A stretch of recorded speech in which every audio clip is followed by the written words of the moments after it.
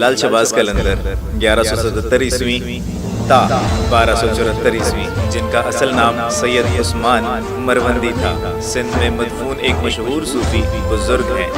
ان کا مزار سندھ کے علاقے سیون شریف میں ہے۔ وہ ایک مشہور صوفی بزرگ شاعر، الہیات دان، فلسفی اور قلندر تھے۔ ان کا زمانے میں بہت سے معروف اولیاء کرام کا موجود تھے۔ مشہور بزرگ صدر الدین رضوی باکری، شیخ بہاؤالدین ذکریہ ملتانی، شیخ فرید الدین گنج شکر، شمس تبریزی، مخدوم عبدالرشید حقانی، جلال الدین رومی، سید جلال الدین سرخ بخاری، مخدوم صدر الدین قطال، صدر الدین عارف فرزند بہاؤالدین ذکریہ، شیخ بو علی قلندر پانی پت جیسے اولیاء اکبار ان کے قریب ہم عصر تھے۔ ہندو اور مسلمانوں میں مذہبی رواداری کی تبلیغ کرنے کی بنا پر لال شہباز قلندر تمام مذاہب کے پیروکاروں میں یکساں متحرم تصور کیے جاتے ہیں۔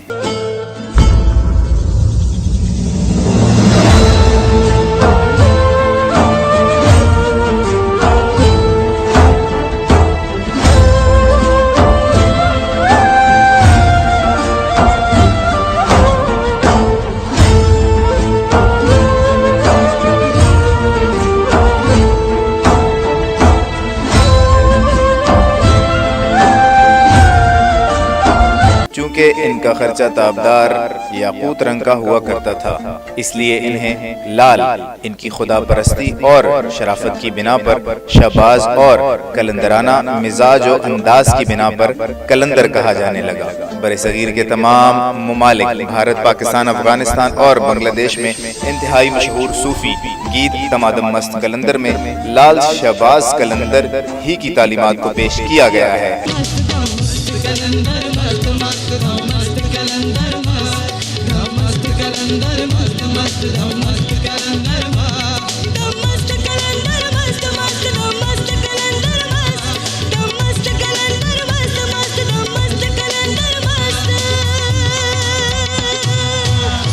اصلاً یہ گیت 13ویں صدی عیسوی میں لکھا گیا تھا اور اس کے بعد اسے بہت سے موسیقاروں اور گلوکاروں نے گایا اور ہر درد میں یہ انتہائی مقبول رہا۔ لال شہباز قلندر کا سلسلہ ششر نسب 13 واسطوں سے امام جعفر صادق تک جا پہنچتا ہے۔ آپ کا شجرہ نسب کچھ یوں ہے: سید عثمان مروندی بن سید کبیر بن سید شمس الدین بن سید نور شاہ بن سید محمد شاہ بن احمد شاہ بن سید ہادی بن سید مہدی بن سید متخب بن سید غالب بن سید منصور بن سید اسماعیل بن سید لال شہباز بن وطن مروندی تھا۔ مروند کا شہر تبریز سے کچھ فاصلے پر ہے۔ اس شہر کو میوند بھی کہا جاتا ہے۔ یہ شہر بہت قدیم ہے۔ یہ شہر اس وقت آذربائیجان کا دارالخلافہ تھا۔ دریا کے کنارے خوشنما شاداب منظر کے سبب مشہور تھا۔ یاقوت نے لکھا ہے کہ اس شہر کو کردوں نے تخت و تارج کیا۔ کردوں کے حملے کے بعد قلعہ برباد ہو گیا اور شہر کی ہیبت و شان جاتی رہی۔ کرد اہل مروند کو اپنا غلام بنا کر لے گئے۔ مدتوں تک یہاں خاک اڑتی رہی۔ انسانی آبادی سے یہ شہر مدتوں خالی رہا۔ مستونی کو دیکھنے سے معلوم ہوتا ہے کہ یہ شہر نہر روڈ پر واقع تھا۔ اس نہر کی کافی وسعت تھی، 9 ہاتھ زمین کے اندر بہتی تھی۔ مروند کی خوشحالی اور رونق ختم ہو چکی تھی۔ یہ شہر کرمر کے کپڑے کی وجہ سے مشہور تھا، جن سے لالی کا رنگ تیار ہوتا تھا۔ تاریخ میں آتا ہے کہ اس شہر کے نواح میں بہت سی بستیاں آباد تھیں۔ ان حقائق سے پتہ چلتا ہے کہ ان کا اصل وطن آذربائیجان ہے اور شہر کا صحیح نام مروند ہے۔ مروند سے مروندی ہو جانا کوئی تعجب کی بات نہیں۔ آپ کا خاندان یگانہ روزگار تھا۔ آپ کے والد ماجد سید کبیر اپنے وقت کے مشہور عالم تھے۔ ان کا طریقہ اتباع سنت نبوی تھا، شرعی احکام سے سرہوئے انحراف نہ کرتے تھے۔ ان کی والدہ ماجدہ بڑی عبادت گزار تھیں۔ شیخ مروندی اپنی خاندان کے اعتبار سے اونچی نسبت رکھتے تھے، اس لیے صالحت اور سخا کے بہت سے خصائص ان کے خاندان میں منتقل کیے گئے تھے۔ آپ کی والدہ کے متعلق معلوم ہے کہ پردہ شب کی تاریخ میں بیٹھ کر رویا کرتی تھی، فرماتی تھی اللہ کے خوف سے رونے والا دوزخ میں نہ جائے گا۔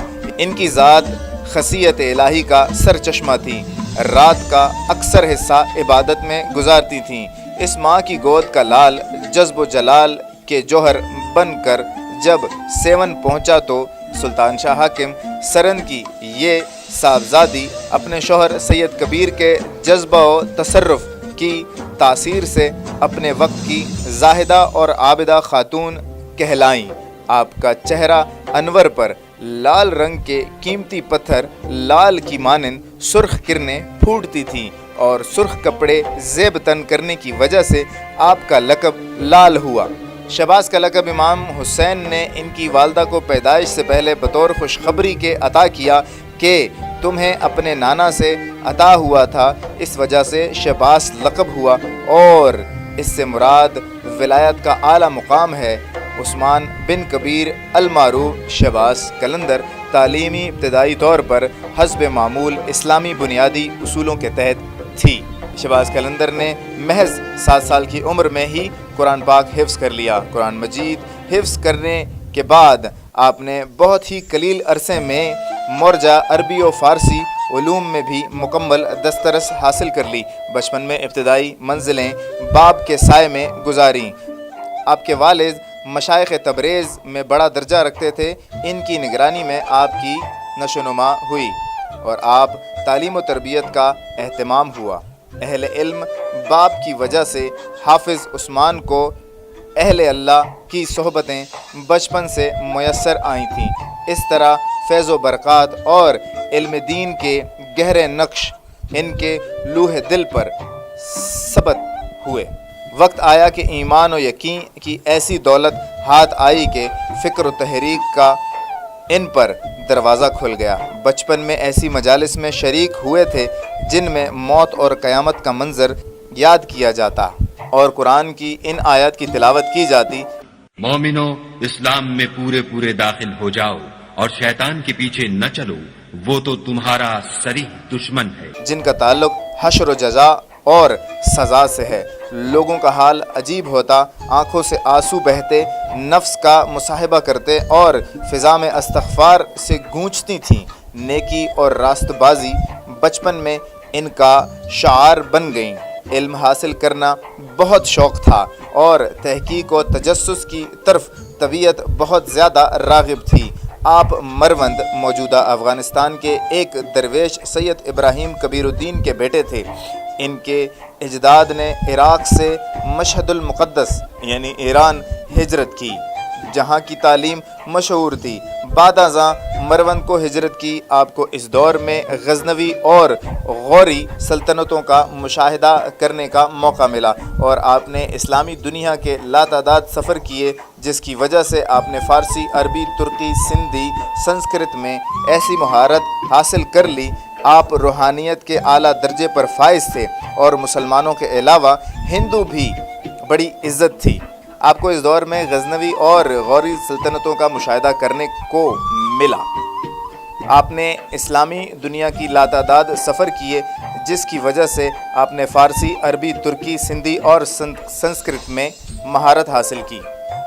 آپ نے روحانیت کے اعلیٰ درجے پر فائز تھے اور مسلمانوں کے علاوہ ہندوؤں میں بھی بڑی عزت تھی۔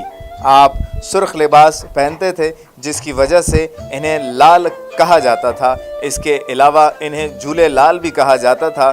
جب آپ حالت قلندرانہ تھی، حضور صلی اللہ علیہ وآلہ وسلم کے ساتھ آپ کی والہانہ محبت کا یہ عالم تھا کہ گریا تھمتا نہ تھا۔ کبھی اس مقام پر کھڑے ہو جایا کرتے تھے جسے باب عبد المجید کہتے ہیں، کبھی باب جبرائیل کے پاس آ جاتے، کبھی باب السلام پر کھڑے ہوتے، روضہ ازہر کو دیکھتے اور ہوش رہتا عجیب ذوق ہے اور عجیب سوز ہے۔ قلندر صدقہ و دل اخلاق کا پیکر اور تعلیم رضا کی تصویر بنا۔ معجہ شریف کے اس وقت سامنے یہ حج سے فارغ ہوئے تو بغداد کا سفر اختیار کیا۔ یہاں بڑے بڑے عالم اور فاضل موجود تھے جن سے انہیں استفادے کا موقع ملا۔ سید حسن کا مزار سیون میں ان کے مقبرے کے بار مسجد کے مغرب میں ہے۔ بغداد میں آپ ان سے خاص شفقت فرماتے تھے۔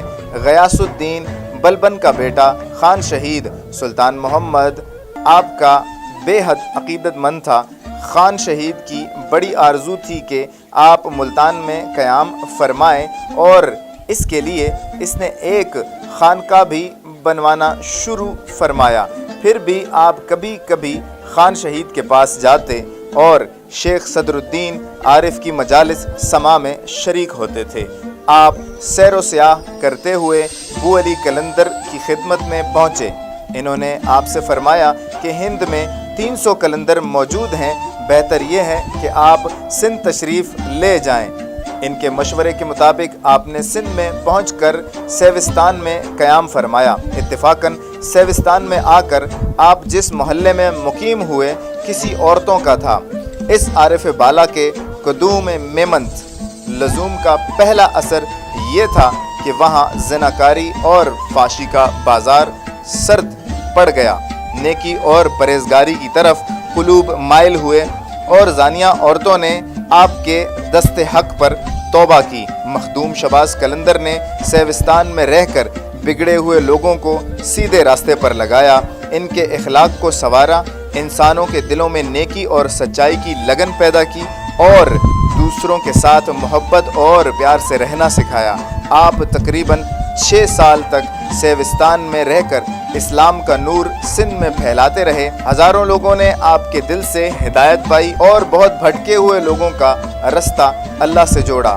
آپ کا وصال 21 شعبان المعظم 673 ہجری میں ہوا، لیکن ان کے وصال کو لے کر اختلاف پایا جاتا ہے۔ مختلف کتب میں مختلف تاریخ وصال درج ہیں، کسی میں 590 ہجری تو پھر کسی میں 669 ہجری اور کسی میں 670 ہجری لکھا ہے، مگر فاضل مؤلف نے اپنی تنصیف میں شباز قلندر کے صفحہ 41 پر تاریخ وصال کے حوالے سے یہ ثابت کیا ہے کہ عثمان مروندی کا سن وصال 673 ہجری ہے۔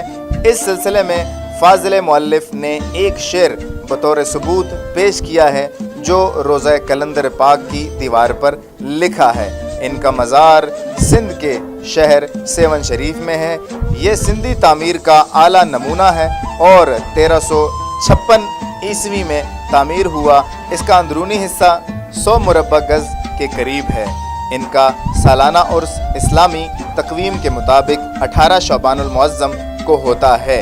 فیروز شاہ کی حکومت کے زمانے میں ملک رکن الدین عرف اختیار الدین والی سیوستان نے آپ کا روضہ تعمیر کروایا۔ اس کے بعد 993 ہجری میں ترخانی خاندان کے آخری بادشاہ مرزا جانی بیگ ترخانی نے آپ کے روضے کی توسیع و ترمیم کروائی۔ اس کے بعد 1009 ہجری میں مرزا خانی بیگ ترخان کے بیٹے مرزا خان بیگ ترخان نے اپنی صوبہ داری کے زمانے میں اس میں دوبارہ ترمیم کروائی۔